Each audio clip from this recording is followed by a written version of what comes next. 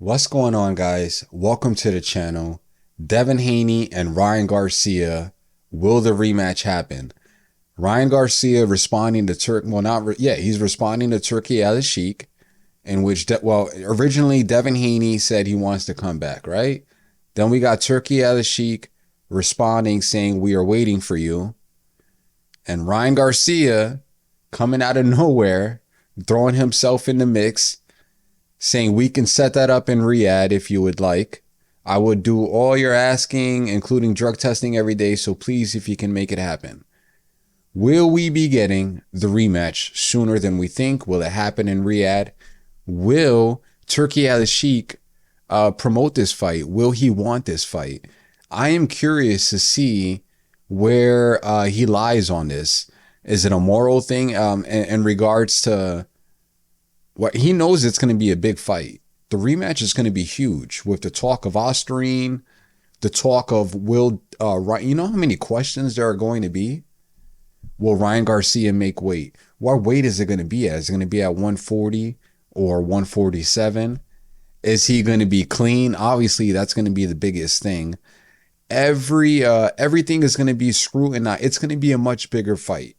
The thing is, does it happen, right? Because Ryan Garcia, I think he's 2 years, right? Banned 2 years. That's what they say. There's always loopholes into everything that happens here. I'm sure he's gonna fight sooner than people think. He's too big of a draw. But let's see, Turki Alalshikh, and the reason why it's very interesting for him is because, excuse me, obviously he's not like the other promoters. The other promoters, American promoters and UK promoters, they would put morality to the side to make a fight happen, right? That's just it is what it is, right? What if somebody popped? We know the promoter is going to talk bad about it, but behind the scenes they're going to schedule a fight. Now, someone who you would expect to not do that and to actually stick to their guns and not pander to anybody is Turki Alalshikh, as we can see him going against Canelo, calling him out. Turki Alalshikh has been very, very. I think he's getting more comfortable. He's getting more comfortable with, I guess, I don't know if it's American culture or what, but he's much more outspoken. He's much more combative, right? You can see him getting into arguments with fighters and stuff, going at Canelo and saying like, "Yo, your money is not your money is nowhere near my money." And we know Turki Alalshikh is definitely the richest man in boxing. I think that's fair to say. I wonder, because then obviously when I say that, you're going to say Floyd. I wonder. Nah, Turki Alalshikh definitely got more money than Floyd Mayweather. That's for sure. If that wasn't the case, if he wasn't the richest, then we wouldn't see so many fighters from other promotions going over to him. Look at Deontay Wilder, right? Deontay Wilder doing 2 fights with him, with Joseph Parker and Big Bang, getting knocked out. Crazy. What a crazy knockout that was. The way that he spun around. Weird, man. I hope to see him again. Do we want to see him again? Yeah, man. Listen, and this is off topic, but Wilder in that fight, he had some good moments. I didn't see it how everybody else did, that Wilder was washed up and stuff. Dude, I mean, he started to get his whatever. Anyway, Turki Alalshikh, is he gonna? This is where it comes into morality. Are you gonna put money over morality? Because we know in Saudi they are very, very strict with the law, right?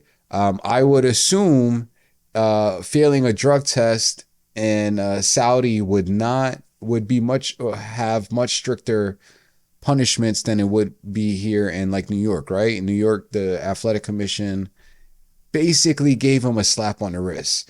If that happened in Saudi, if if Ryan Garcia popped in Saudi, could you? He might be. He would be in some trouble. So the question is, Ryan Garcia now putting Devin Haney on the spot, because Devin Haney was not asking for Turki to make the rematch happen next. He was basically just saying like, "Yo, I'm ready to fight again. I've been away. I've been doing my thing. I've been chilling. I've been, in the gym, staying out of trouble, getting my mind right, and now I'm ready to fight again. And here Ryan Garcia comes back just trolling, like, yo, let's set up the fight. Um, so you can't hate Ryan Garcia. He's like, he's just a troll. He's a villain now. Ryan Garcia has embraced the villain role. He's saying, let's set the fight up. He don't care what anybody got to say.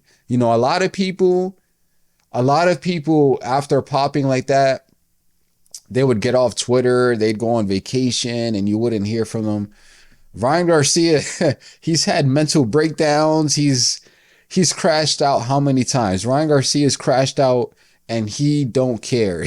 He'll crash out and the next day he'll be like, praise Jesus. Let's have a conversation about our Lord. So I'm laughing. It's not funny because he says some wild, stupid stuff. But what can you do, man? Why is he not?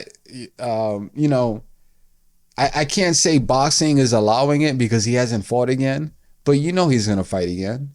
So it is what it is. Whether you like him or not, it is what it is. But what I can do is, are you gonna now for Devin Haney? Are you gonna let this dude bully you? That's what that's what I'm saying, because Devin Haney's in between a rock and a hard place because you wasn't asking for the rematch.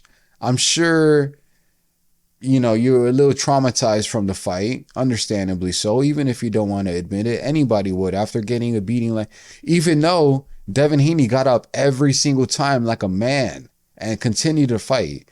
So Devin Haney is no punk. He ain't soft. He ain't like, I'm not saying nothing like that he's traumatized. I'm just saying, like, those punches to the head, we see it where people get gun shy. You don't want to take that damage again because you're scared. Like, yo, getting hit in the head like that, we see AJ after that knockout from Ruiz, he became gun shy, started fighting differently.